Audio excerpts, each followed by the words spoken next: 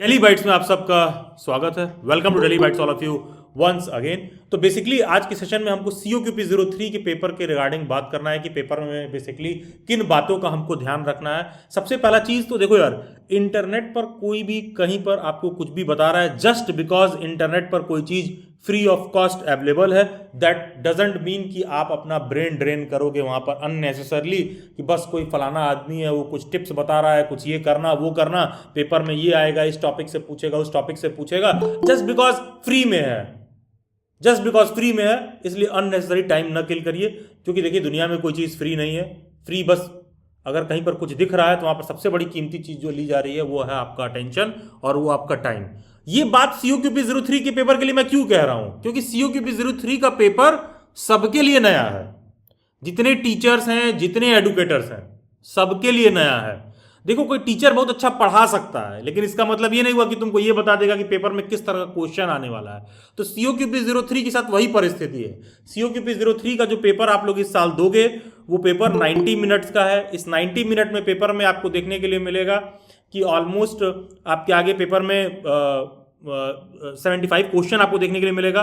तो इस 90 मिनट में जो 75 क्वेश्चन आपको करना है, सेम चीज पिछले साल क्या था, आपको वही चीज आपको देखने के लिए मिल रहा था कि 105 मिनट में अटेम्प्ट करना है। उसके पिछले साल आपको क्या देखने के लिए मिल रहा था कि पेपर में टोटल 100 क्वेश्चन थे, 120 मिनट में अटेम्प्ट करना पड़ रहा था। तो पेपर का स्ट्रक्चर भी सस्टेन्ड वे में चेंज हुआ है, ऐसा आपको देखने के लिए मिलेगा कि पेपर स्ट्रक्चर चेंज हो रहा है। तो कहने का मतलब है कि जो पेपर स्ट्रक्चर इस साल आएगा, जो पेपर स्ट्रक्चर इस साल आएगा जहां पर आपको पेपर को 90 मिनट में 75 क्वेश्चन अटेम्प्ट करना है, वो सबके लिए नया है यार। ठीक है, उस टाइम ड्यूरेशन में उस पेपर स्ट्रक्चर में क्या पूछेगा किसी को कुछ पता नहीं है। Anything and everything is possible. कुछ भी, कहीं से, सब कुछ, कुछ भी पूछ सकता है। खास करके COQP03 के पेपर में।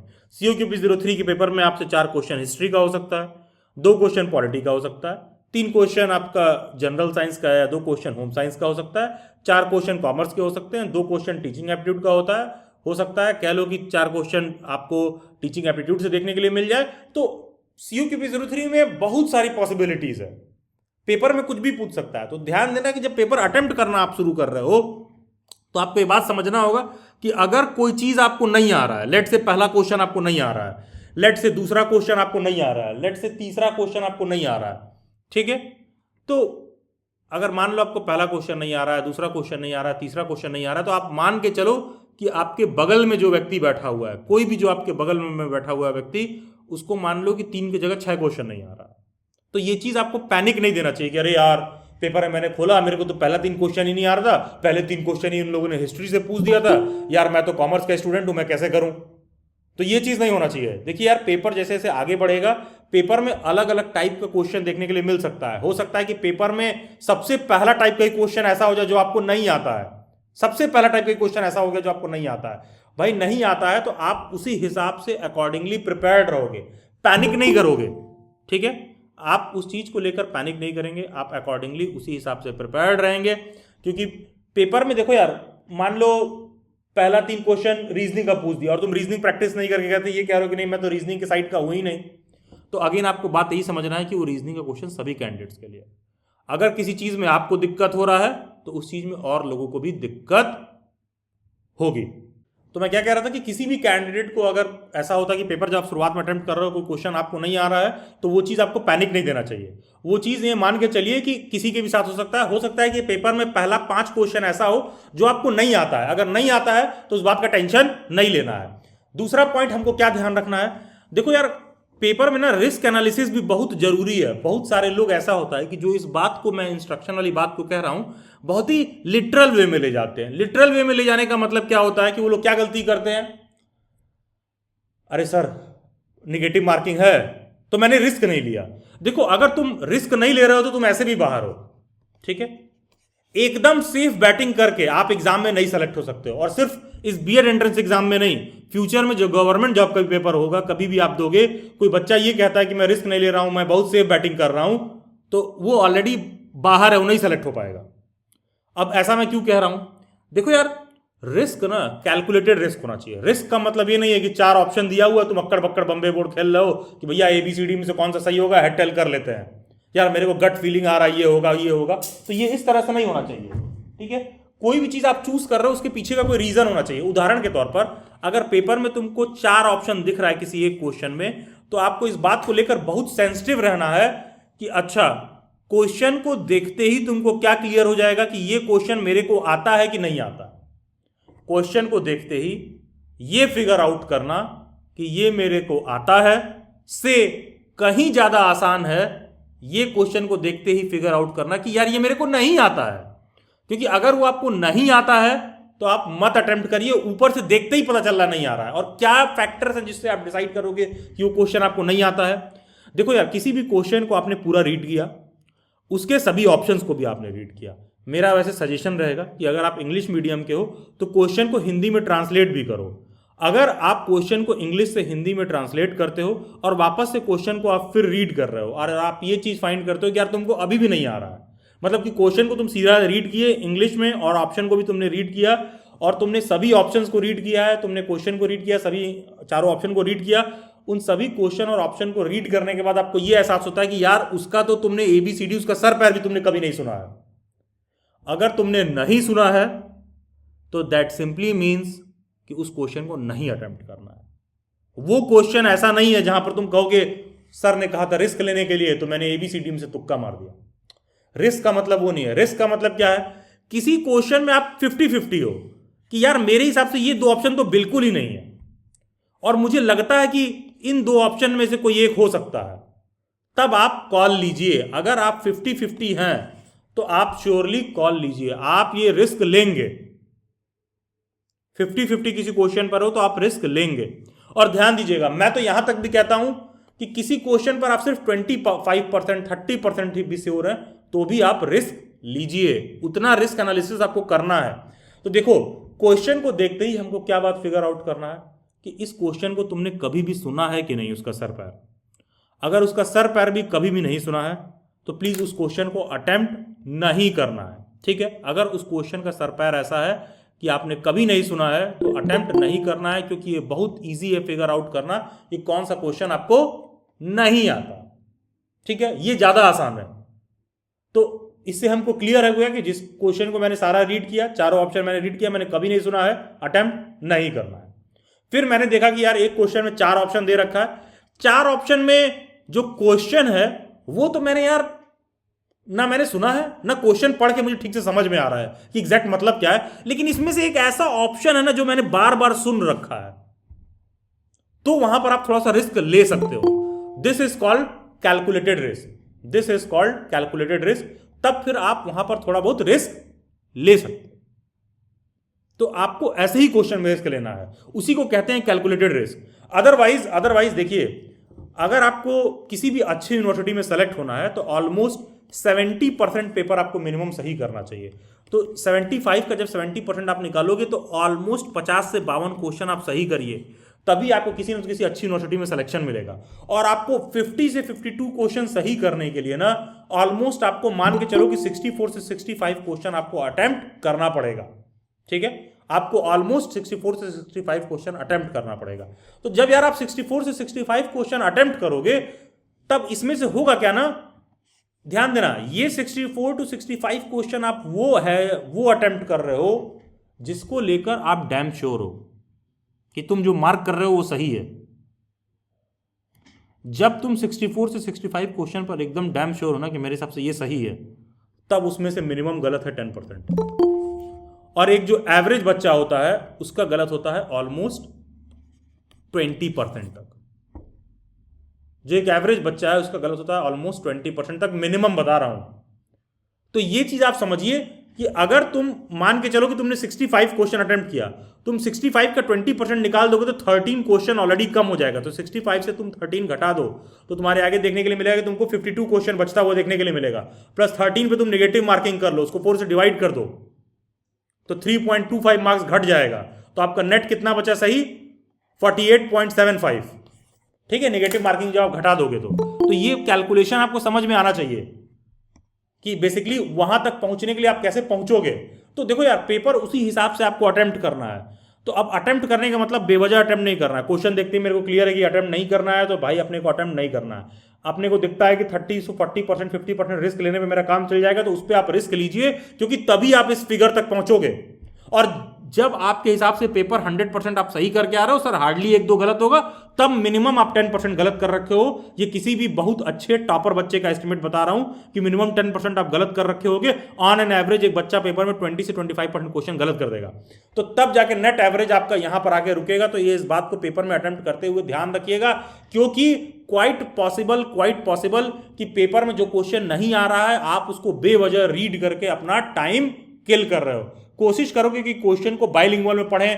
क्वेश्चन में यहीं पर तुमको ऑप्शन दिया रहेगा इंग्लिश और हिंदी दोनों का, वहीं पर आप फ्लिप करोगे तो क्वेश्चन आपको इंग्लिश हिंदी दोनों में दिख जाए। या तो आप किसी क्वेश्चन को छोड़ रहे हो तो कोशिश करिएगा कि इंग्लिश से हैं तो हिंदी मीडियम में पढ़ लें, या हिंदी वाले हैं तो मैं उनको भी कहूंगा कि आप फ्लिप करके एक बार इंग्लिश में भी क्वेश्चन को रीड कर लीजिएगा। इससे क्वेश्चन पर बहुत ही ज्यादा आप क्लैरिटी डेवलप कर लेते हो कि हाँ यार ये मेरे को नहीं आ रहा है। Don't under perform, you can't over perform. Under perform से सिंपली मतलब ये है कि भैया अगर आपका लेवल ये है तो एग्जाम में ऐसा नहीं होगा कि सडनली तुम्हारा एकदम परफॉर्मेंस बूस्ट हो जाएगा और तुम एकदम out of the way perform करने लगोगे। पेपर में कुछ ऐसा क्वेश्चन आ जाएगा जो एग्जैक्टली तुम पढ़ के गए थे वही तुम्हारे आगे हो गया। तुम जिंदगी में अपने लाइफ को पीछे मुड़ के देख लो, कितनी बार ऐसा हुआ है कि आप नहीं पढ़ के गए हो और एग्जाम में क्वालिफाई कर लो या टॉप कर लो। मैं सेमेस्टर एग्जाम की बात नहीं कर रहा हूं जहां पर आदमी 40% पाके भी पास हो सकता है, मैं उसके रिगार्डिंग बात नहीं कर रहा हूं। ठीक है, तो आपको ये चीज समझना होगा कि भैया कहीं ऐसा ना हो कि आप अंडर परफॉर्म कर रहे हो। ठीक है, तो डोंट अंडर परफॉर्म, मतलब आपका जो परफॉर्मेंस है, आपका जो नॉलेज है ना, वो प्लीज एकदम इंटैक्ट रहे, सही तरीके से जाए। ठीक है, सही तरीके से जाए, मतलब जितना आता है उतना कर पाओ। तो अंडर परफॉर्म नहीं करना है, क्योंकि ओवर परफॉर्म आप नहीं कर सकते हो। तो इस बात का अपने दिमाग में बात रखिएगा। और हाँ, अगर पेपर आपके लिए फेवरेबल नहीं है तो और लोगों के लिए भी फेवरेबल नहीं है। पहला 5 क्वेश्चन आपको नहीं आता है तो और लोगों को भी नहीं आता है, उसको लेकर आपको परेशान नहीं होना है। कट ऑफ के लिए अगर 100% एश्योर्ड सिलेक्शन चाहिए तो भाई 70% पेपर सही कर दीजिए। आपका श्योर शॉट जो सा यूनिवर्सिटी या कॉलेज आप इसके बाद फिल करोगे, जहां पर पेपर कोड COQP03 होगा, वो श्योर शॉट आपका सिलेक्शन हो जाएगा। और सेम जो बात मैंने बताया कि इतना क्वेश्चन सही करने के लिए ऑलमोस्ट आप अपने हिसाब से जब पेपर को परफेक्ट वे में सही कर रहे हो, 64 से 65 क्वेश्चन अटेम्प्ट कर रहे हो, जब आप यहां तक अटेम्प्ट कर लोगे तब जाके उसमें से ये कहीं निष्कर्ष निकलेगा, वो भी तब जब आप अपने हिसाब से 100% सही कर रहे हो। तो फिर एक क्वेश्चन बहुत सारे लोगों का ये आता है कि सर कितना क्वेश्चन हम अटेम्प्ट करें।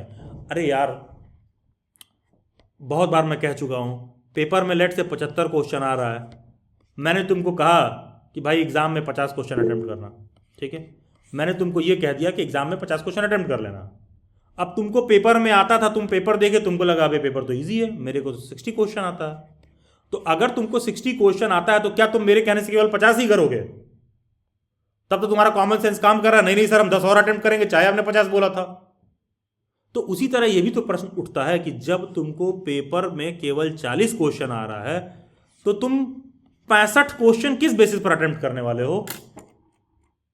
किस बेसिस पर? What is that parameter? किस पैरामीटर पर आप रिस्क ले रहे हो? तो वो जो आप रिस्क ले रहे हो उसका आपको प्राइस पे करना पड़ जाएगा। क्यों? और वो प्राइस निगेटिव वे में ही आएगा आपके पास, क्योंकि ब्लाइंड रिस्क नहीं लेना है।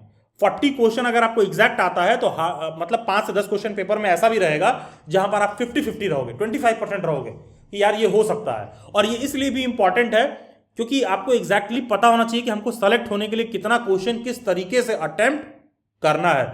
ऑल्सो टाइम का भी मैनेजमेंट बहुत इंपॉर्टेंट है। मान लो पेपर में तुम्हारा 90 मिनट का पेपर है तुम्हारा, ठीक है, तो तुमको घड़ी में दिखना चाहिए, बगल में जब तुम्हारा टाइमर उल्टा चलता रहेगा तो तुम देखना कि जैसे ही मैं 45 मिनट पर पहुंचा हूं, ठीक है, इतना कॉमन सेंस आपको होना चाहिए कि 90 से तुम 45 मिनट पर आए हो तो तुम्हारा आधा टाइम ओवर हो चुका है। तो इसका मतलब यह भी हुआ कि पेपर में अगर 75 क्वेश्चन आ रहा है तो 35 से 40 क्वेश्चन के बीच में आप भी रहो, 1-2 क्वेश्चन आगे पीछे चलेगा कि 33 पर हो, 34 पर हो, 41 पर हो, 38 पर हो, तो तुम्हारा अटेम्प्ट भी वहीं पर होना चाहिए। ऐसा नहीं है कि पता चला 45 मिनट हो गया है, अरे सर हम पहले 20 क्वेश्चन पर ही फंसे हुए हैं, तो दैट सिंपली मीन्स कि तुम ऐसे ही फेल हो रहे हो, ऐसे ही बाहर हो रहे हो। इसका सिंपल सा मतलब है कि आप ऐसे ही फेल हो रहे हो, फिर ऐसे ही बाहर हो रहे हो अगर आपने 20 ही अटेम्प्ट किया, क्योंकि फिर आपका पेपर छूट जाएगा। क्योंकि पेपर ना छूटे is also a big challenge. तो पता है, सभी क्वेश्चन आप रीड कर ले जाओ, शुरू से लेकर अंत तक कंप्लीट कर जाओ, वो भी बहुत इंपॉर्टेंट है। ठीक है, पेपर ध्यान देना, ये माइंड में सेट रखिएगा, पेपर छूटने का ही प्रोबेबिलिटी है। तो मतलब तुम्हारे दिमाग में होना चाहिए कि अगर मैं 45वें मिनट पर पहुंच रहा हूं तो या तो मैं क्वेश्चन नंबर 32, 34, 38 मतलब इसके अराउंड हो, क्योंकि आधा टाइम ओवर हो गया तो आधा पेपर का क्वेश्चन भी ऑलमोस्ट कंप्लीट होना चाहिए। 2 क्वेश्चन आगे 2 क्वेश्चन पीछे चलेगा। ठीक है, ये चीज अपने माइंड में एकदम सेट करिए कि 50% आपका हो, अदरवाइज आप पैनिक में आने लगोगे। ठीक है, तो पेपर में पूरा रीड करना है, क्योंकि देखो यार पेपर का सभी क्वेश्चन रिव्यू करना जरूरी है। हो सकता है कि 75th question, 73rd question, 72nd question बहुत इजी हो, जस्ट बिकॉज तुमने रीड नहीं किया इसलिए वो छूट गया।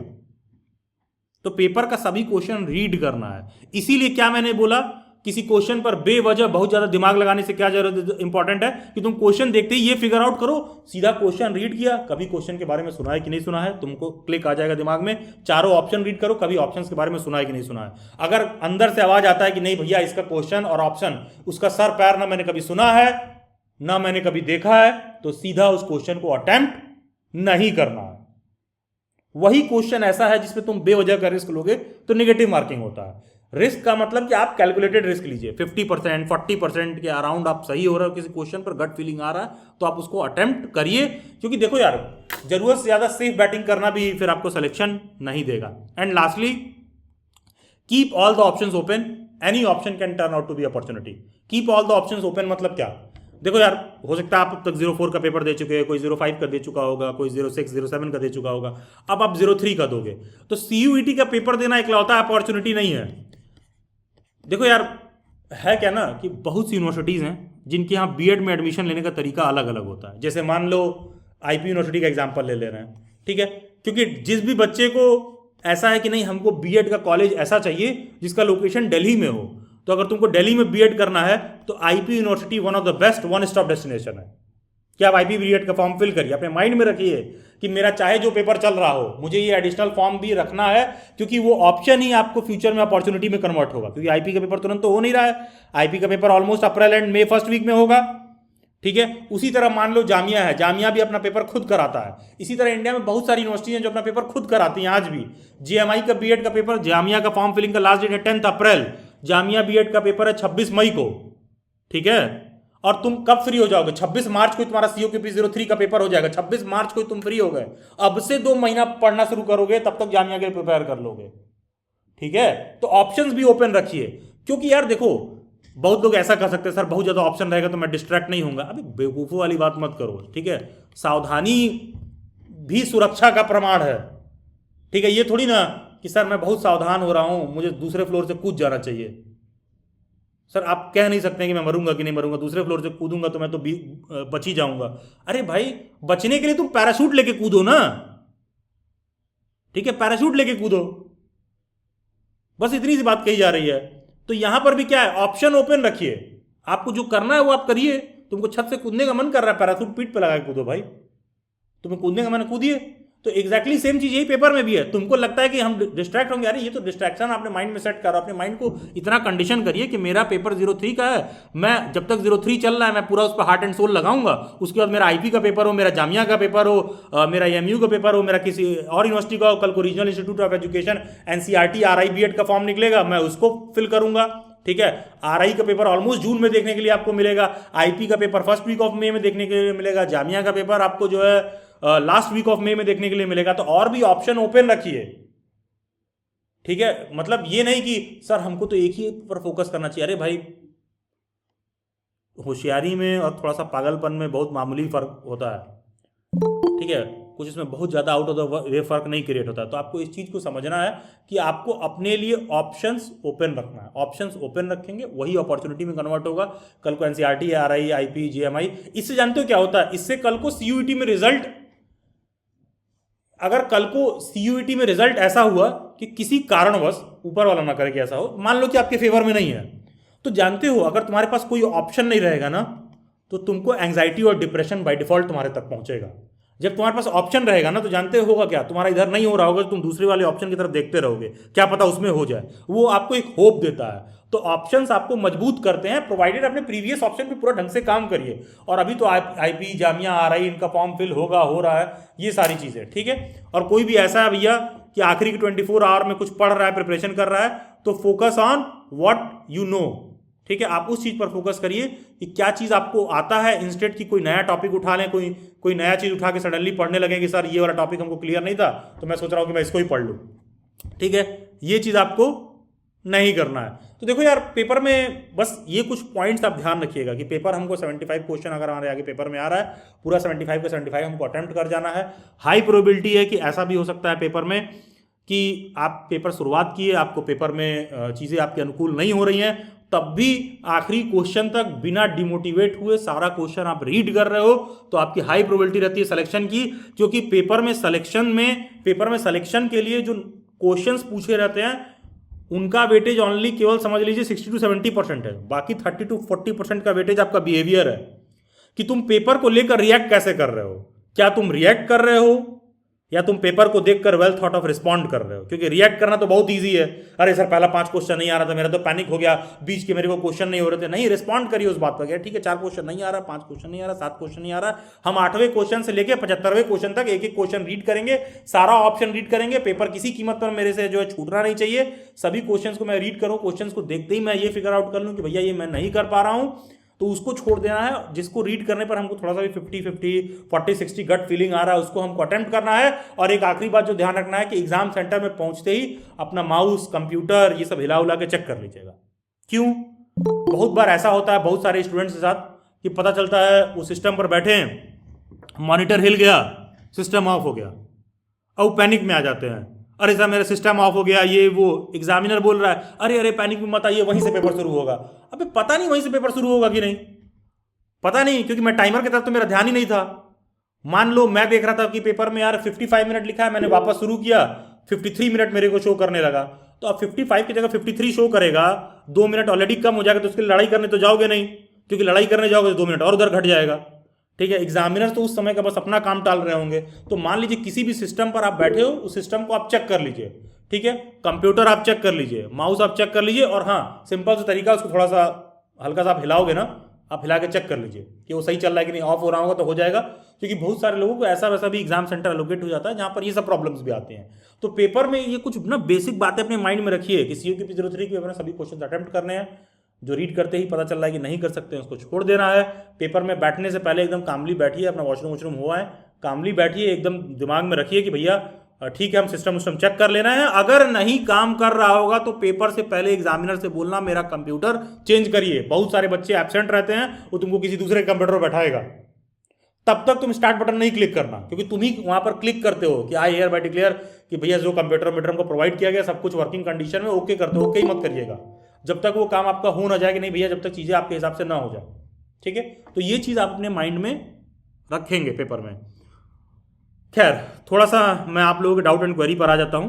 और एक चीज और ध्यान रखिएगा कि एग्जाम के आखिरी मिनट में कुछ बहुत ज्यादा नया ऐड नहीं करना है। ठीक है, just be what you are, don't underperform. जितना आता है उसको उतना कूलली कामली आप अटेम्प्ट कर लीजिए, उतना बहुत है। आखिरी के 24 घंटे में क्या पढ़ें, कुछ मत पढ़िए, फुल टू नींद लीजिए और अपने आप को कंफर्टेबल करिए। देखो यार, अगर तुमको एंग्जाइटी हो रहा है, तुमको फियर हो रहा है, तुमको लग रहा है यार क्या करेंगे, थोड़ा सा टेंशन हो रहा है, देखो यार ना, खुद को खुश रखने की जिम्मेदारी खुद की है। खुद को एंग्जाइटी, फियर, इन सारी चीज़ों के से हमको बचाने की जिम्मेदारी हमारी खुद की है। क्योंकि देखिए, अगर आप कोई चीज़ को लेकर बहुत पैनिक कर रहे हो, दैट सिंपली मीन्स कि जिंदगी में आपको केवल लेने आता है, आप कुछ भी छोड़ना नहीं चाहते हो। आप केवल हर बात पे मुट्ठी बंद करके रखे हो। आपको ये बात बार बार फियर दे रहा है कि नहीं होगा तो क्या, आप अपने दिल को और दिमाग को रिलैक्स नहीं कर रहे हो, या फिर ठीक है यार देखा जाएगा जो होगा। तो इससे आप काम रहोगे, इससे आपका परफॉर्मेंस नेचुरल आएगा, आप अंडर परफॉर्म नहीं करोगे। क्योंकि इस तरह के एग्जाम्स में अंडर परफॉर्म करना सबसे बड़ा चैलेंज होता है। कुछ क्वेश्चन छूट जाएगा, कुछ आता हुआ रहेगा गलत कर दोगे, पैनिक में किसी क्वेश्चन में लिखा रहेगा which of the following is not the similar options of A B C D, और तुम नॉट मिस कर जाओगे। तो इस तरह के प्रॉब्लम्स होते हैं। तो इन सारी चीज़ों से बचना होता है, क्योंकि कोई सेलेक्ट हो रहा है और कोई नहीं सेलेक्ट हो रहा है। तो यार जो स्मार्ट लोग होते हैं ना, वो ऐसा नहीं होता है कि बाई बचपन से कोई बहुत ज़्यादा इंटेलिजेंट होते हैं। एक दो लोग हो सकते हैं, बस बाकी के मसलों में क्या है कि उनका एक्सपीरियंस आपसे बेहतर होता है, वो आपसे जागरूक थोड़ा सा ज़्यादा होते हैं। वो जागरूकता ही उनको जो है पेपर में आपसे 2 कदम आगे रखती है, क्योंकि वो जागरूक है, वो कूल एंड काम बैठे हैं, थोड़ा नॉलेज भी ज़्यादा रिजल्ट दे रहा है। बहुत ज़्यादा पढ़ के आए हो, केवल क्रैम किए हुए हो, पेपर में पैनिक कर रहे हो, तो देखो कि तुम्हारा अटेम्प्ट घटने लगता है। तो इन सारी चीज़ों से बचिए। और जब आप ऑप्शन रखते हो तो अपॉर्चुनिटीज़ बहुत सारी रहती है। ठीक है, तुम ये देखो कि कौन कौन सी यूनिवर्सिटीज़ पे ऑप्शन हमको रखना है, यही जागरूकता है, क्योंकि उसके लिए कुछ पैसा नहीं लग रहा है कि कौन कौन सी यूनिवर्सिटीज़ का ऑप्शन हमको फिल करना चाहिए। ठीक है, बहुत सारे बच्चे आते हैं, सर मेरे घर वाले ना हमको जामिया में नहीं जाने देंगे, तो इसलिए मैंने जामिया का फॉर्म नहीं फिल किया। अबे तो तुम अपने घर वालों को बता दो ना कि तुमको जामिया वाले बुला भी नहीं रहे। जब तुमको जामिया वाले बुलाएं, तुम्हारे रेड कारपेट लगा दें कि भाई जिले इलाही का स्वागत करना है हमको, तब तुम कहना कि भाई हम नहीं जा रहे, I reject you. Form fill करने में क्या जा रहा है? Same goes for IPBEd। Sir IP ना थोड़ा महंगा है सर, SCRT का फीस ना सर ज़्यादा है, तो मैं सोच रहा था कि वहाँ एडमिशन ले कि ना ले सर, मैं तो इतना फ़ी नहीं अफोर्ड कर पाऊंगा। अभी तुमको SCRT वाले एडमिशन दे भी रहे हैं कि नहीं दे रहे हैं? पहले ये तो चेक कर लो, फीस ज़्यादा है कम है तो बात की बात है, पैसा तो एक पल को आ भी जाएगा कहीं से। SCRT में अगर एडमिशन नहीं हो रहा है तो भाई वो थोड़ी ना पैसा देके करा लोगे। Same goes for NCERT RIE। बहुत सारे बच्चे बोलते हैं कि सर दिल्ली वालों का जोनल सेंटर तो अजमेर है, तो मेरे घर वाले तुमको अजमेर भेजेंगे नहीं। अरे तो वो तुमको NCERT RIE वाले बुला भी कहाँ रहे हैं? ये आप तब बोलिए जब आप पेपर दे रहे हो और तुम्हारा सिलेक्शन हो गया है और तुमको फी देने के लिए बुला रहा है, तब तुम कह रहे हो कि भैया मेरे घर वाले नहीं भेज रहे हैं, तो तुम हमेशा के लिए अपने CV में ये बात लिख पाओगे कि मेरा सिलेक्शन हुआ था but due to situation and circumstances मैं नहीं गया।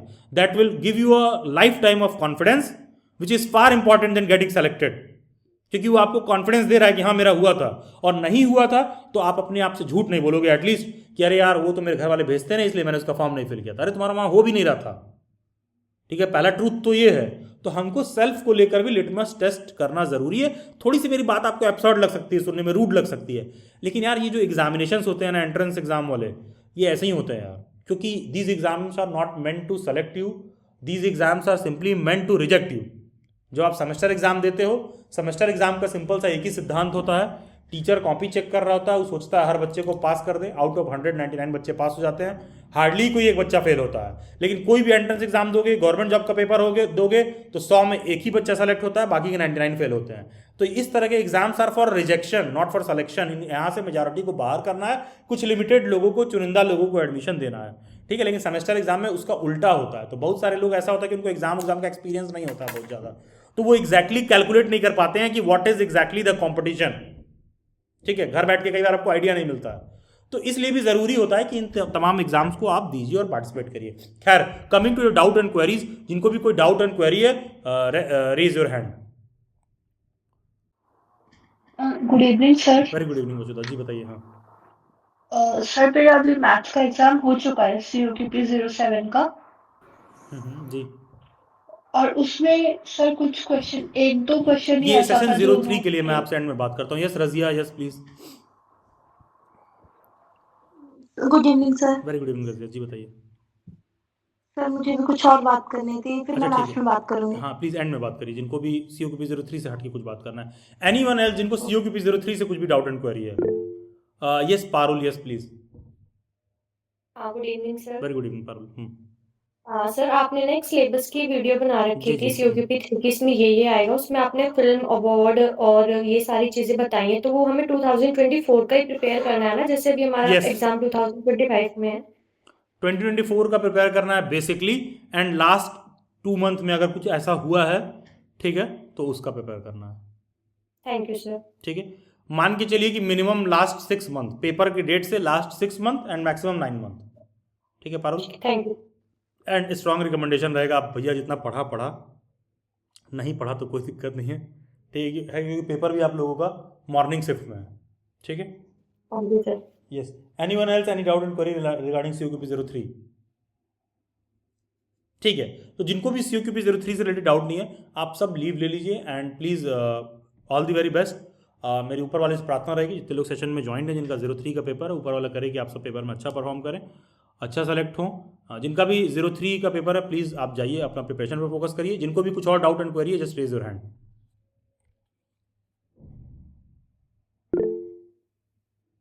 यस रजिया। जी सर। सर मुझे IP से हाँ रिलेटेड रजिया बात करनी थी बताइए, आपसे। बताइए। बात लेना था, वो मैं आपसे लास्ट में बात कर लूँ? ठीक है रजिया, ठीक है, ओके। यस बुलबुल। सर मुझे IP के मॉक टेस्ट से रिलेटेड बात करनी थी। अच्छा बैच में है ना आप? Yes sir. यस वो अभी हो जाएगा सॉर्ट आउट, उस पर काम चल रहा है। ठीक है, ओके सर। ठीक है। Yes, Vasudha, then I'll come to Shweta. Sir मैं ये कह रही थी जैसे कुछ क्वेश्चंस होते हैं जो नोट्स में से नहीं आते हैं बट वो बहुत लॉजिकल होते हैं तो उनको अटेम्प्ट करने का सर कुछ तो आइडिया है और कुछ और अगर आप ऐड ऑन करना चाहें तो नहीं वसुधा, देखो यार, कुछ क्वेश्चन तो क्रिटिकल एनालिटिक्स वाले रहते ही हैं। तुम तो ऐसी बातें कर रही हो कि तुमको हर चीज़ किताब में लिखा हुआ रट्टाफिकेशन मिले। एनालिटिकल क्वेश्चन का मतलब ये क्योंकि उसी वक्त दिया जाएगा, वो उसी वक्त नहीं सर नहीं, जैसे एक सेकंड, वो उसी वक्त आपको दिखेगा, उसी वक्त आपको आगे 4 ऑप्शन है, आप अपना कॉमन सेंस यूज करके मार्क करिए कि क्या होना चाहिए।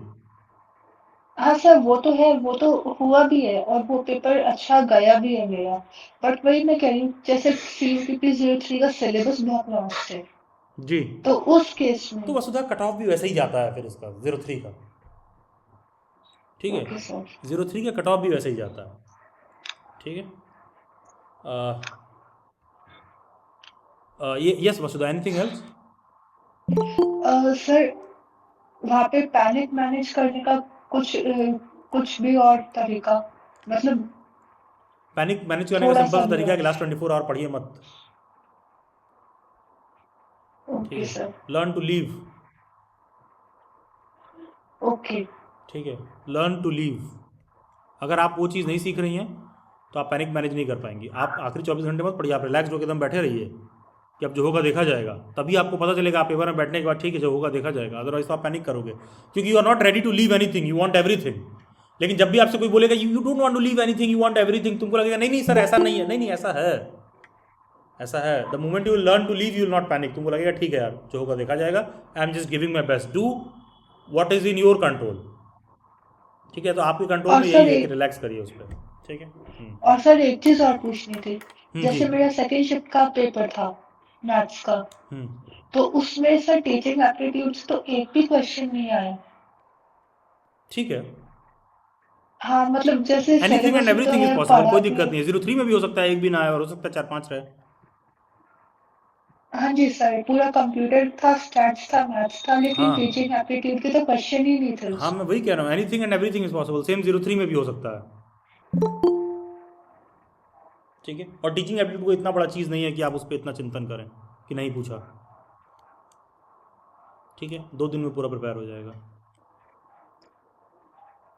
ठीक है वसुधा। और सर मेन सब्जेक्ट जो मतलब जैसे पॉलिटी इकोनॉमिक्स ये सर ये सब तो हो गया साइंस भी हो गया बट उसमें और क्या चीज मतलब मैं बाहर से ऐड ऑन कर लूँ यार तो एक ही जो दिन रह जैसे जो गया है, मिसलेनियस एक दिन में क्वेश्चन है तुमको वो क्या क्या मैनेज करना हो है, पाए एक दिन में तुमको क्या क्या करना है, तुमको रिलैक्स भी सर करना है, मिसलेनियस पैनिक भी कवर नहीं करना करना है है, सारा एक दिन में। भाई एक दिन वाला फार्मूला ना मेरे पास मिलता है, ना डेली बाइट्स पर कोई भी इस तरह का वीडियो आता है कि 5 दिन में कैसे सेलेक्ट हूँ, 30 दिन में कैसे सेलेक्ट हूँ। सर भी 5-30 दिन में बट मिसलेनियस परसों सर वो मॉर्निंग देख में लिया किस पेपर है, तरीके का आता है परसों मॉर्निंग में पेपर है। अगर आप मेरे से पूछेंगी सर मैं नया क्या पढूं, तो मेरे को नहीं पता है इसके रिगार्डिंग मैं आपको क्या गाइड करूं कि नया क्या पढ़ना है, ठीक है। इसके हाँ जी रिगार्डिंग सर मेरे वो को देख नया, लिया एक पेपर का बिल्कुल अरे चाहे दे लिया हो आपने, 07 का पेपर दिया ना, 07 को 03 से कंपेयर मत करिए, वो मैथमेटिक्स का पेपर है। यहाँ पर सोशल साइंस के बहुत सारे क्वेश्चन रहेंगे, प्लीज डोंट कंपेयर 07 विद 03, ठीक है, जमीन आसमान का फर्क है, ठीक है। वो मैथ का पेपर है सर और इसमें बहुत सारे सोशल साइंस के क्वेश्चन है, बहुत सारे ह्यूमैनिटीज के क्वेश्चन है, तो ये टोटली डिफरेंट है उससे 03, ठीक है। सर वही तो पूछना चाह रही हूँ क्योंकि इसका तो सिलेबस ही तो इतना डीप और बड़ा है हाँ तो ठीक है, एक रात में हिस्ट्री पढ़ लीजिए, और क्या कहूँ बताइए, जब इतना ही जानना है तो पढ़ लीजिए हिस्ट्री, ठीक है। Thank you sir thank you Vasudha. हाँ जी श्वेता। Good evening sir. जी गुड इवनिंग श्वेता जी, बताइए श्वेता। हाँ सर COPP 06 की कट ऑफ क्या होगी एक्सपेक्टेड मतलब पेपर कैसा था, बहुत कठिन लग रहा था आपको कि पेपर ठीक ठाक लग रहा था? कठिन बहुत कठिन था मतलब मॉडरेट टू हार्ड के बीच में था। हाँ तो 180 से 90 मार्क्स के अराउंड जाएगा। ओके 47-48 क्वेश्चन तक की रहे होगी, सिलेक्शन की प्रोबेबिलिटी है। हाँ जी 47 से 48 क्वेश्चन के अराउंड तक सही की रहोगी तो सिलेक्शन की प्रोबेबिलिटी है। नहीं इस साल उतनी की है। सही बोल रहा हूं, आंसर की आया कैसे, तुम कैसे कैलकुलेट कर रहे सही। हो? हाउ डू यू सही की नो बात। आंसर की कहाँ है Shweta? How do you know answer की कहाँ है? सर मैंने 60+ क्वेश्चन अटेम्प्ट किया ना, तो अरे उसके आंसर हिसाब की से। कहाँ है ये बताइए। Yes sir. हाँ, तो जब तक आंसर की ना आ जाए तब तक आप ये नहीं कह सकती हैं, ठीक है?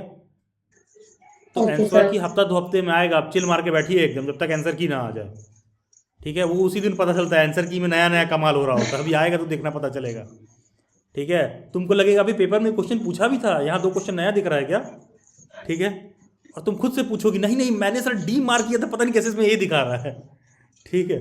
तो आंसर की आने दीजिए, ठीक है श्वेता? Okay sir. अगर आपने उतना अटेम्प्ट किया ओके है सर। और ऑन एन एवरेज आपने बहुत ज़्यादा गलत नहीं किया है तो आप सेलेक्ट हो जाएंगे, बहुत बड़ी चीज़ नहीं है, ठीक है? Okay sir, thank you. ठीक है, thank you. Yes Alina. Good evening sir. Very good evening Alina ji, बताइए। सर मुझे पूछना था कि आप कोई स्ट्रैटेजी बता दीजिए। मेरे सेमेस्टर एग्जाम्स भी आ रहे हैं 18 मई से, और बाकी के एग्जाम्स भी हैं जेएमआई और आईपी, तो मैं कैसे मैनेज करूँ इतने सारे एग्जाम्स को? सेमेस्टर एग्जाम को मैनेज करने के लिए कौन सी स्ट्रेटेजी चाहिए होता है? कुछ नहीं, जाकर पेपर में बैठ जाओ, सर तो पढ़ना तो पड़ता है ना कुछ। एक दिन भी पढ़ लीजिए, बहुत है। और आईपी का सर पेपर इतने एग्जाम सारे क्या है? पेपर, आईपी का पेपर तो मई के फर्स्ट वीक में ही हो जाएगा, सेमेस्टर एग्जाम तो 18 मई से है, ठीक है? आप क्या कर रही हैं, ग्रेजुएशन में क्या कर रही हैं आप? Sir history honours. तो हिस्ट्री ऑनर्स पास करने के लिए क्या करना पड़ता है? 2 दिन पहले पढ़ना होता है पेपर में, सेमेस्टर एग्जाम में, और क्या करना होता है? बहुत कर लीजिए, 3 दिन कर लीजिए। कितने सब्जेक्ट हैं आपके? सर 7। 7 सब्जेक्ट हैं, पर सब्जेक्ट पे 2 से ढाई दिन रखो, आराम से पास हो जाओगी। तुम्हें कौन सा टॉप करना है? अगर तुम्हारे दिमाग में ये है कि हम कॉलेज में भी टॉप कर लें और यहाँ भी टॉप कर लें, तो भाई बहुत ज़्यादा टॉपर लोगों को मैं जीवन में बहुत ज़्यादा कुछ करते देखा नहीं हूँ। सर ठीक से प्रिपरेशन हुई नहीं ना 04 और 03 के लिए, क्योंकि असाइनमेंट्स और टेस्ट और प्रेजेंटेशंस वगैरह चल रही देखो हैं अभी। सुनो, 50 से 70% बच्चे अपियरिंग ही होते हैं, और जितने अपियरिंग वाले बच्चे होते हैं उनका एग्जाम चल रहा होता है। जो इस पे बात कर रहा होता है कि ये नहीं हो सकता है क्योंकि मेरा बहुत सारा एग्जाम है, तो उसका नहीं होता है। जो इस पे बात कर रहा होता है सर मेरा बहुत सारा एग्जाम है लेकिन फिर भी मेरे 04 को पढ़ना है, तो उसका 04 पढ़ाई हो रहा होता है। जैसे आप अपना पेपर बता रही हैं ना, यहाँ एक ही कैंडिडेट से मैं बात करूँ, सबकी बहुत सारी निजी निजी समस्याएं हैं, ठीक है? सेमेस्टर एग्जाम को इतना आप हाइप मत करिए, ठीक है? अगर आपका 18 मई से पेपर है, आप 11 मई से पढ़ना शुरू करिएगा। 11 मई तक बहुत सारा पेपर हो जाएगा, तब तक आप दे लीजिए आराम से। 11 मई से भी सेमेस्टर एग्जाम का पढ़ने की कोशिश करूंगी। मेरे 14 मई से एग्जाम्स हैं। हाँ, तो हम भी तो बोल रहे हैं 11 मई से करने की कोशिश करिए, और क्या, ठीक है? 11 मई से आप प्रिपेयर करना शुरू करिए, नहीं 11 से तो 8 मई से कर लो, आईपी के पेपर के बाद करो, 8 मई से अपना प्रिपरेशन शुरू करो, ठीक है? सेमेस्टर एग्जाम में 60%, 70%, 75% नंबर लाने के लिए 2 दिन की पढ़ाई भी बहुत होती है। गिने चुने क्वेश्चन होते हैं कैलकुलेटेड, वही पेपर में आता है। और ये बात मैं इसलिए भी कह सकता हूँ क्योंकि मैं खुद हिस्ट्री के स्टूडेंट्स को पढ़ाता हूँ, मैं खुद हिस्ट्री से नेट जेआरएफ हूँ, मैं हिस्ट्री से मास्टर्स हूँ, तो मुझे उसमें बहुत ज़्यादा ये चीज़ कहने से पहले संकोच करने की ज़रूरत नहीं है, ठीक है? गिने चुने कुछ मेजर टॉपिक्स होते हैं, उसी से क्वेश्चन आते हैं, ठीक है? और जो कि अब तक मुझे लगता है फर्स्ट ईयर और सेकेंड ईयर आपने पास किया होगा, तो इतना आप सीख गई होंगी। क्योंकि अगर इतना आप नहीं सीखी हैं और आपको लग रहा है कि पहले मैं सेमेस्टर दे लूँगी, फिर मेरा बीएड का पेपर होगा, फिर उसके बाद मैं ये दूंगी, तो भैया फिर तो हो चुका।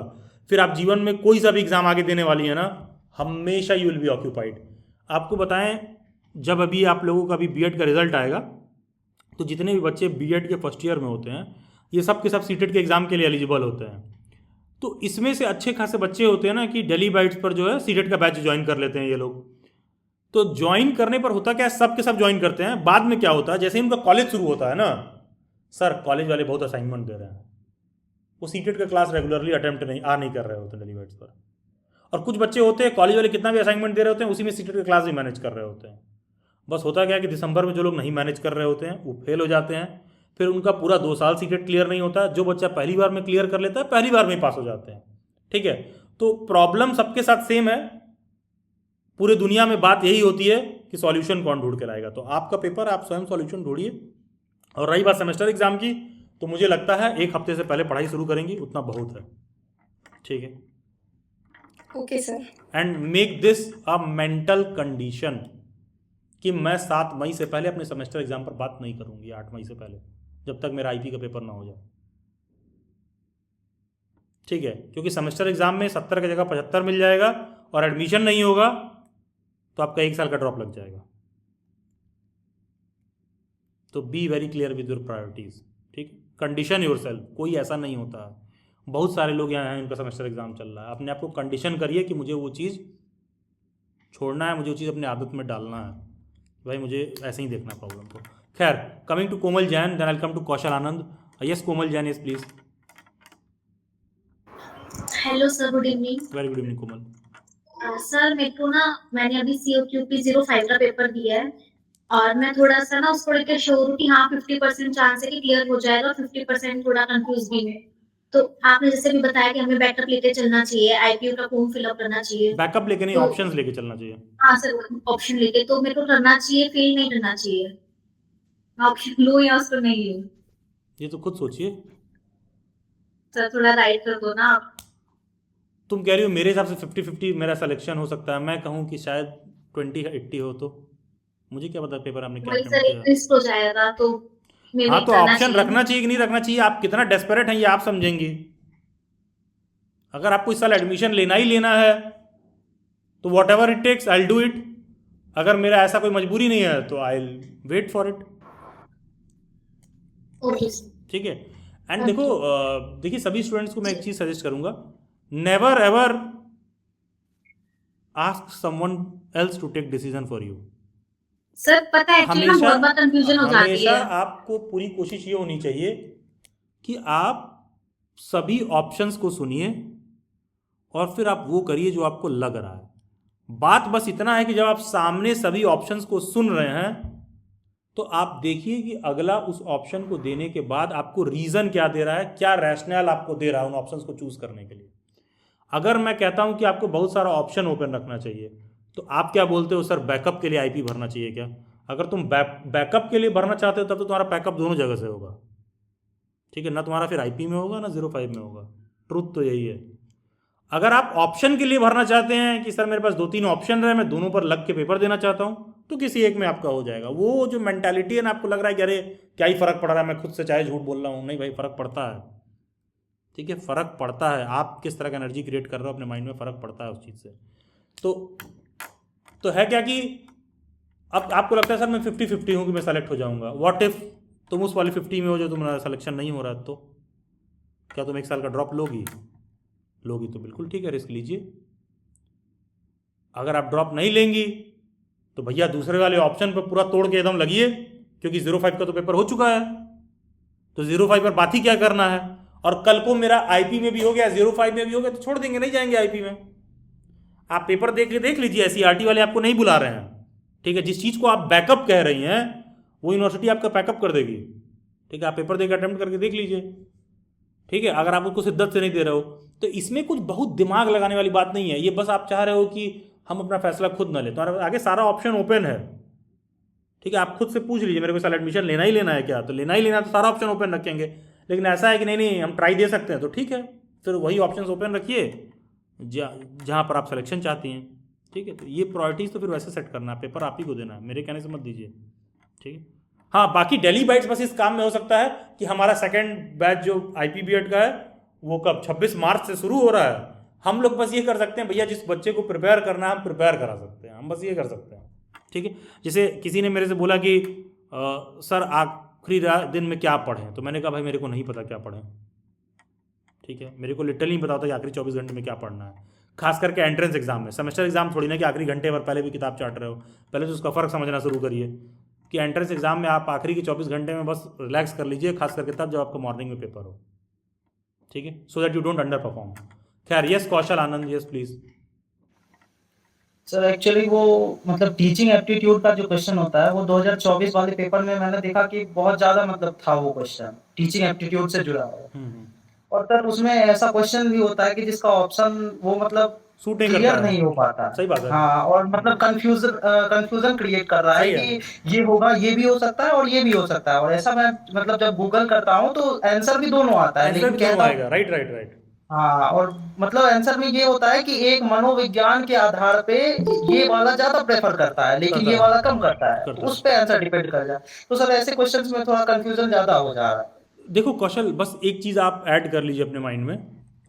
देखो होता क्या है ना, एक साइकोलॉजी में एक चीज़ होता है मिसिंग टाइल सिंड्रोम, कि एक व्यक्ति को एक स्विमिंग पूल पर ले गया गया और पूरा स्विमिंग पूल बहुत खूबसूरत बना हुआ था, सिर्फ बीच में से एक टाइल निकला हुआ था। तो व्यक्ति कहा पूरा स्विमिंग पूल तो बहुत अच्छा लग रहा है, लेकिन वो जो टाइल निकला हुआ है ना वो बार बार खराब निकल रहा है, मतलब खराब दिख रहा है। उसका अटेंशन बार बार वहीं जा रहा है जो टाइल निकला हुआ है। हटा हुआ था, यस हाँ, सर। तो पूरे टीचिंग एप्टीट्यूड के पेपर में हार्डली एक या दो क्वेश्चन ही ऐसा होता है। ठीक है, हार्डली एक या दो क्वेश्चन, ज़्यादा से ज़्यादा 3 हो जाएगा, ज़्यादा से ज़्यादा, उससे ज़्यादा क्वेश्चन नहीं होगा। 25 क्वेश्चन अगर पेपर में है टीचिंग एप्टीट्यूड का, तो 2 क्वेश्चन ज़्यादा से ज़्यादा ऐसा होगा। ऐसे क्वेश्चंस को इग्नोर करना होता है। तो सर ऐसे में तो मतलब वो क्वेश्चन लगता भी है कि ये हो सकता है, मैं हाँ, तो मतलब तुम कर मार्क कर सकता दो हूँ ना, तो इसे। तुम मार्क कर दो, वही कैलकुलेटेड रिस्क है। हाँ, तो वो कैलकुलेटेड रिस्क है कौशल, यही कैलकुलेटेड रिस्क है। अगर इस तरह का 2 क्वेश्चन है, तुम दोनों में तुमको लग रहा है कि इसमें ये होना चाहिए उसमें वो होना चाहिए, तुम मार्क कर दो, उसमें से एक सही हो जाएगा। और इस तरह का पेपर में हार्डली एक ही 2 क्वेश्चन होता है, तो उसकी वजह से हम अपना टीचिंग एप्टीट्यूड का पेपर नहीं डिफाइन करेंगे। Yes sir. It's just an exception. जो मुझे लगता है, मैं गट फीलिंग आ रही है, मैं मार्क कर दूंगा, और अगर गलत हो जाएगा तो 25 क्वेश्चन में अटेम्प्ट कर रहा हूं तो 1-2 गलत होगा ऐसा। ठीक है, yes let's sir. Accept it, let's agree to disagree कि ऐसा होगा।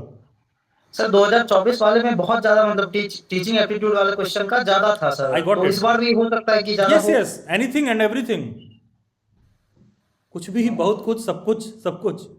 ठीक है। मतलब ये सर कोई फाइनल नहीं है कि हर एक टॉपिक से जो है सेम क्वेश्चन मतलब हाँ 25 हाँ 25 या हाँ, 10 10 क्वेश्चन आएंगे, मतलब कुछ भी हो सकता है, कुछ भी हो 50 भी सकता है, टीचिंग एप्टीट्यूड आ कुछ सकते भी, हैं। कुछ भी हो सकता है, कुछ भी। 2 क्वेश्चन भी हो सकता है, एक भी क्वेश्चन ना रहे, और 10 भी हो सकता है।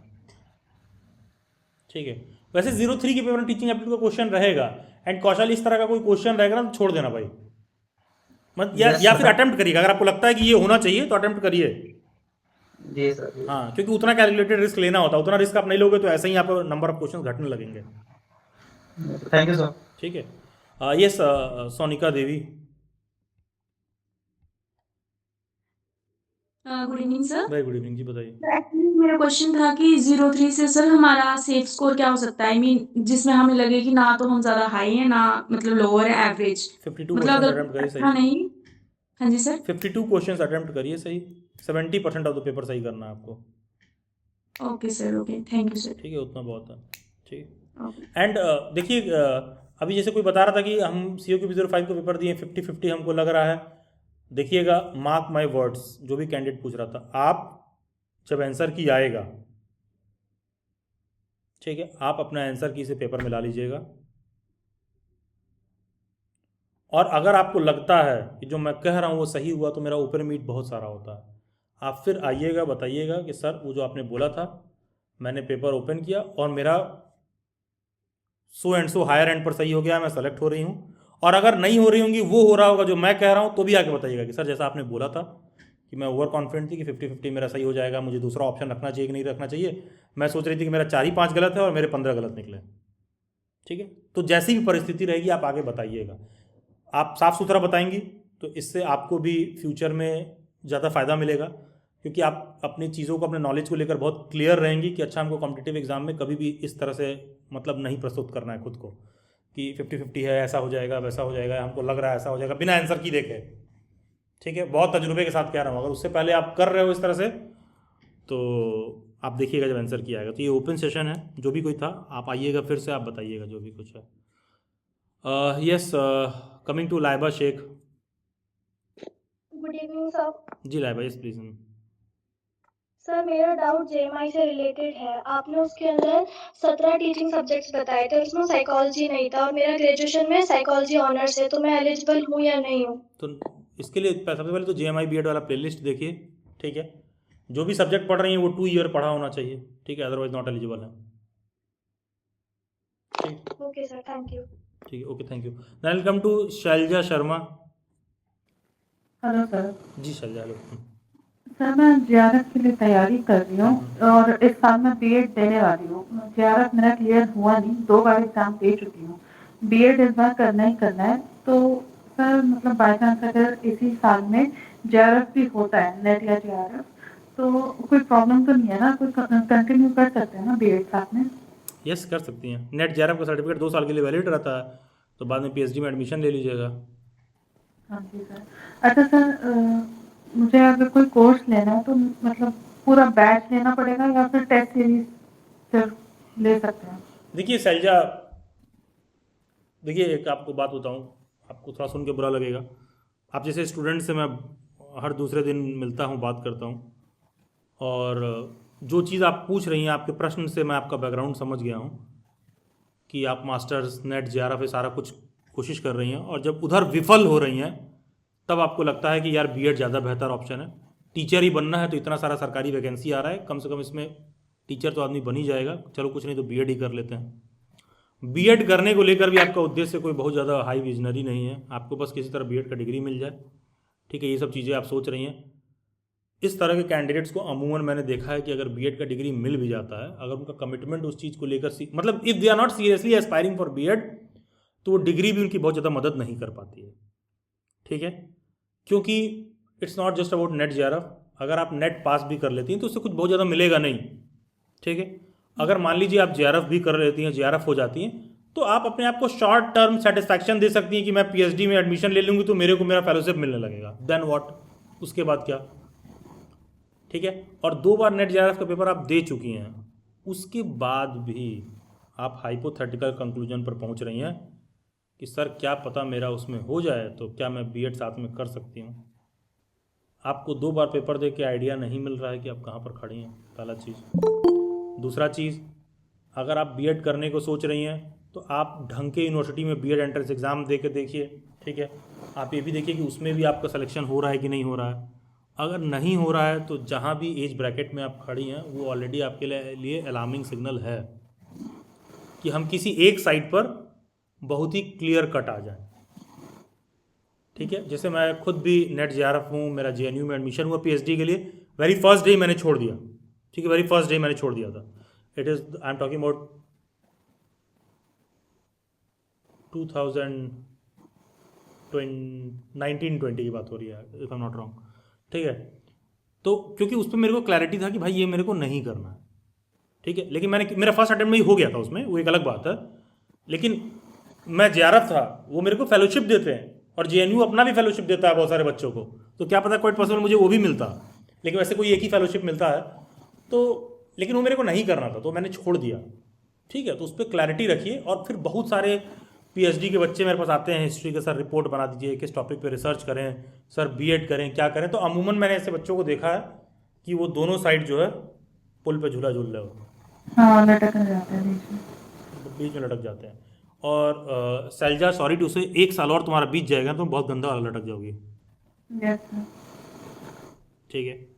तो अगर आपको बीएड करना है तो सब छोड़ छाड़ के ढंग से लग के कर लीजिए, ठीक है। और अगर आपको नेट जेआरएफ देना है तो फिर ठीक है, मैं ये बात जरूर कहूँगा कि लग कर बीएड को दीजिए, साथ में नेट जेआरएफ भी दे लीजिए अपना, ठीक है।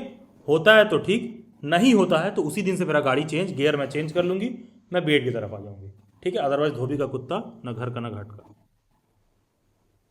ठीक है। तो ऐसी परिस्थिति ना हो, ठीक है। तो ये चीज़ कोशिश रहिएगा। एंड क्या एज फैक्टर है, क्या आपने पीजी कर रखा है, ये सब मैंने नहीं पूछा है, लेकिन शायद आप मेरी बात से कनेक्ट कर पा रही होंगी, ठीक है। वो मैंने इसीलिए बोला क्योंकि आपका जो वॉइस का पिच और जिस बात को आपने रखा है तो उतना एक्सपीरियंस मेरे को है बात करते करते, ठीक है। तो थोड़ा सा उस पर लेके मैं सजेस्ट करूँगा कि थोड़ा सा कॉशियस हो जाइए इससे पहले, बिफोर इट्स टू लेट, ठीक है। हाँ, क्योंकि पता है इस तरह के नॉलेज के साथ अगर आप करियर में कुछ और बेहतर नहीं कर रहे हो तो ये आपको बहुत ही डिमोटिवेशन देता है, बहुत ही डिप्रेशन की तरफ ले जाएगा, आपको एंग्जाइटी की तरफ ले जाता है। क्योंकि उस नॉलेज के साथ कुछ मिलना भी चाहिए, अगर नहीं मिलेगा ना तो बहुत एंग्जाइटी होने लगेगा आपको, ठीक है। ये चीज़ है। एक्चुअली अभी जो सेकंड टाइम दिया था तो मेरे 126 बन रहे थे 300 में से, तो और कट ऑफ गई थी नेट के लिए तो 172 ओबीसी की तरफ से, और जेआरएफ के लिए 205 थी। तो सर चांसेस तो मुझे लग रहे हैं कि इसमें हो जाएगा। आपका कौन सा सब्जेक्ट है? हिस्ट्री। हिस्ट्री सब्जेक्ट, और आपके कितने बन रहे थे? 126 हाँ जी सर, टोटल टोटल। और कट ऑफ दोनों कितना पेपर था? मिला के। दोनों पेपर मिला के। और कट ऑफ क्या था? 172। हाँ जी। तो आपको लग रहा है कि आपका हो जाएगा? हाँ जी सर, इस बार अच्छे से करना है, मतलब और अच्छे तो से। पिछली 2 बार अच्छे से क्यों नहीं कर रही थी?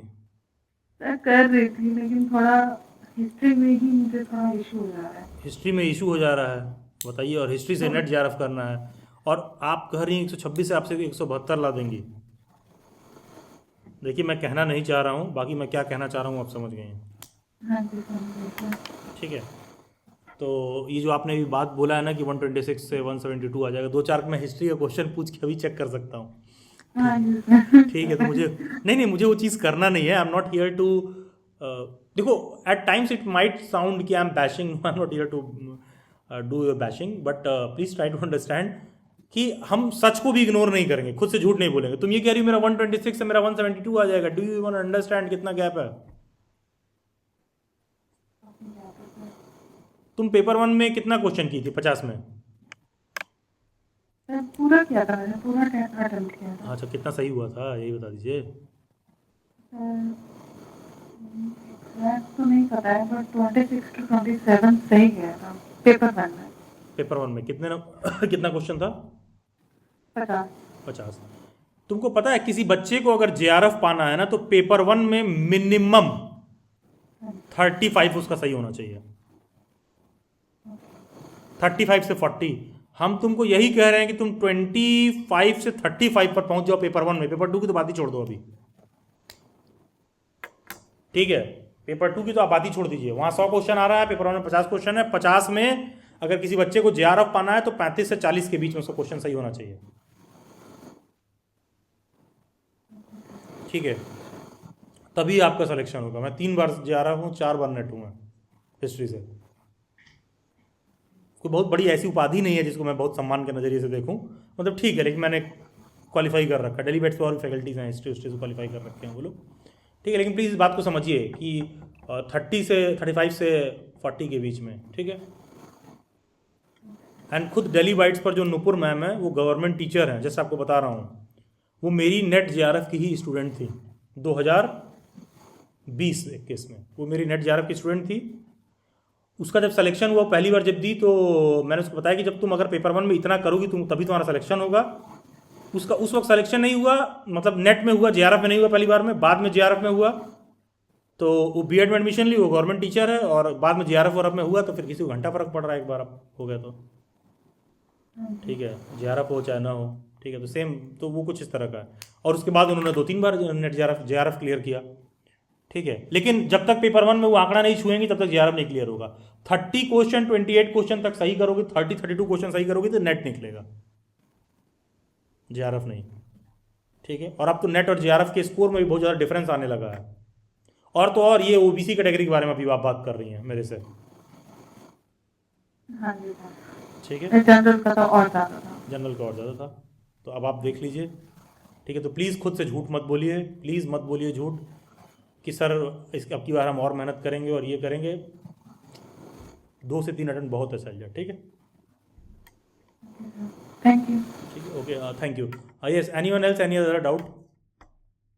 ठीक है, यस रज़िया, मैं आपसे करता हूँ बात। देखिए, सभी लोग एक चीज़ ध्यान दो। देखो यार, पता है करियर में किसी बात को फिगर आउट करना बहुत कठिन नहीं होता।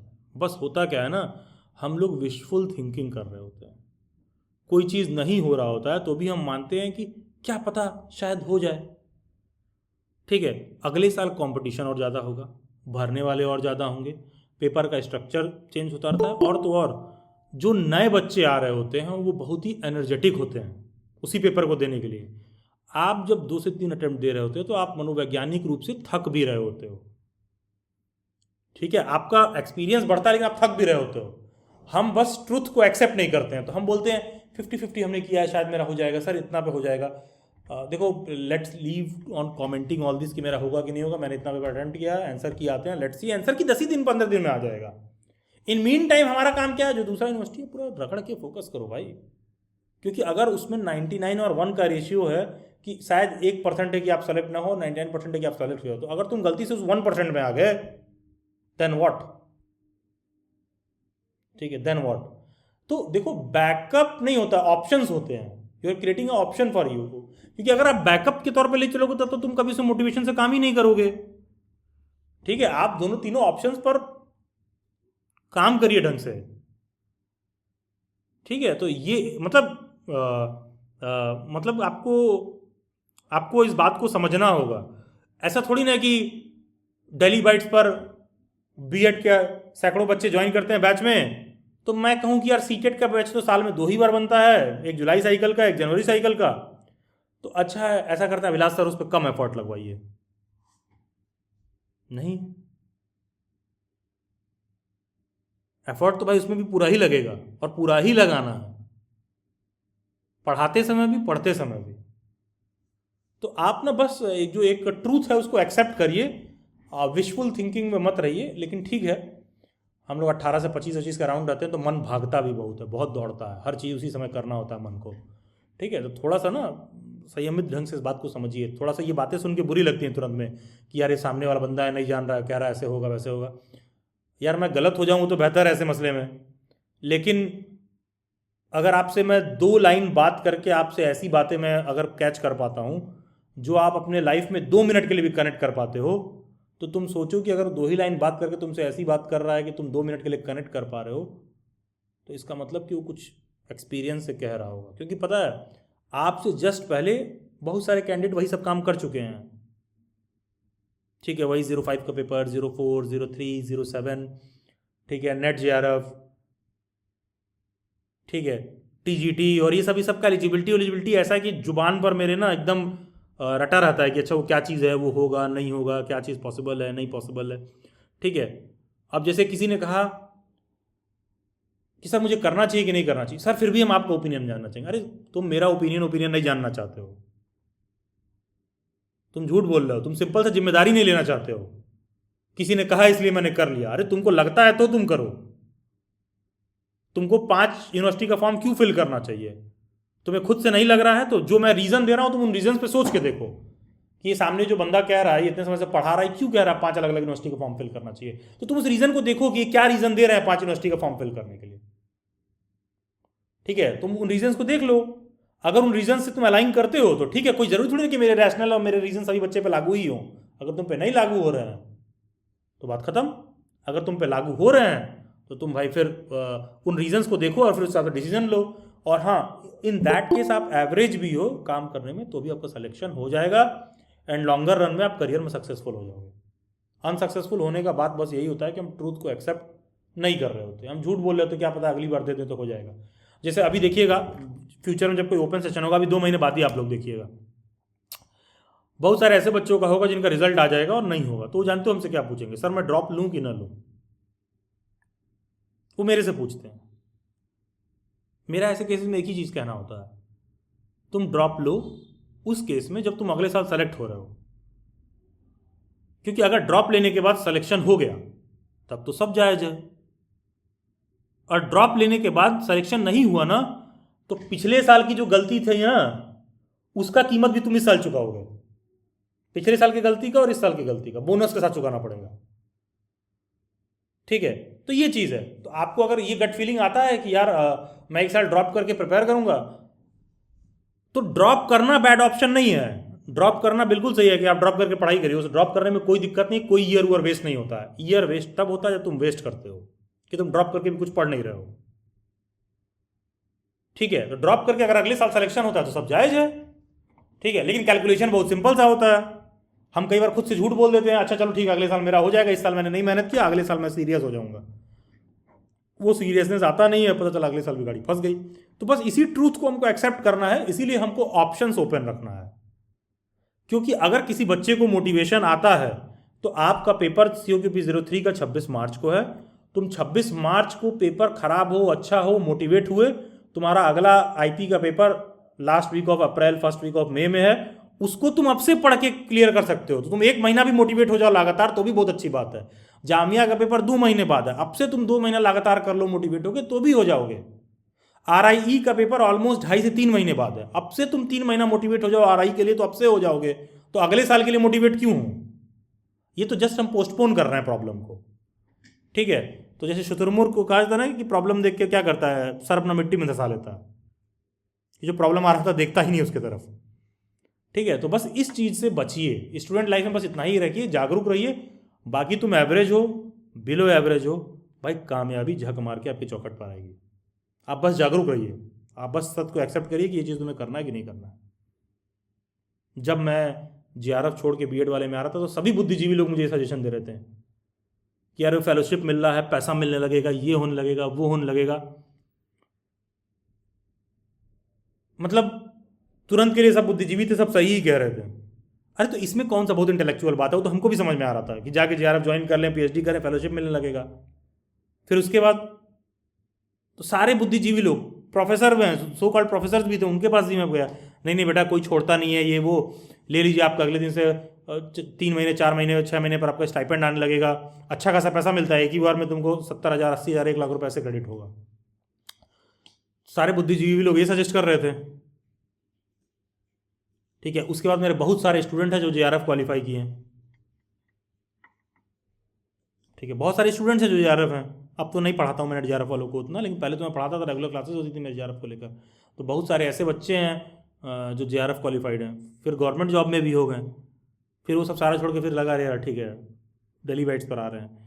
तो यार आपको ये कॉल लेना पड़ेगा, ये कॉल मेरे लिए कोई और नहीं लेगा। JRF क्वालिफाई करने के बाद तो सब लोगों को लग ही रहा था कि ले लो, हाँ JRF क्वालिफाई करने के बाद जाके एडमिशन ले लेना चाहिए। हाँ तो इसमें बहुत ज़्यादा कौन सा बुद्धिजीवी वाली, कौन सा इंटेलेक्चुअल दिमाग लगा दिया भाई, हाँ हो गया जाओ ले लो। जब आप ट्रैक चेंज करोगे तब तुमको प्रूफ करना पड़ जाएगा खुद को कि मैं जो डिसीजन ले रहा हूँ वो सही है कि नहीं है। ठीक है, तब आपको प्रूफ करना पड़ जाएगा, बस यही चीज़ है। तो आप कॉल खुद लीजिए, अपना डिसीजन खुद लीजिए। अदरवाइज जैसे जैसे रिजल्ट खराब होगा आप कमज़ोर पड़ते जाओगे, जैसे जैसे आप कमज़ोर पड़ोगे वैसे वैसे आपका फैसला कोई और लेगा। That will be all for this session. Thank you all of you.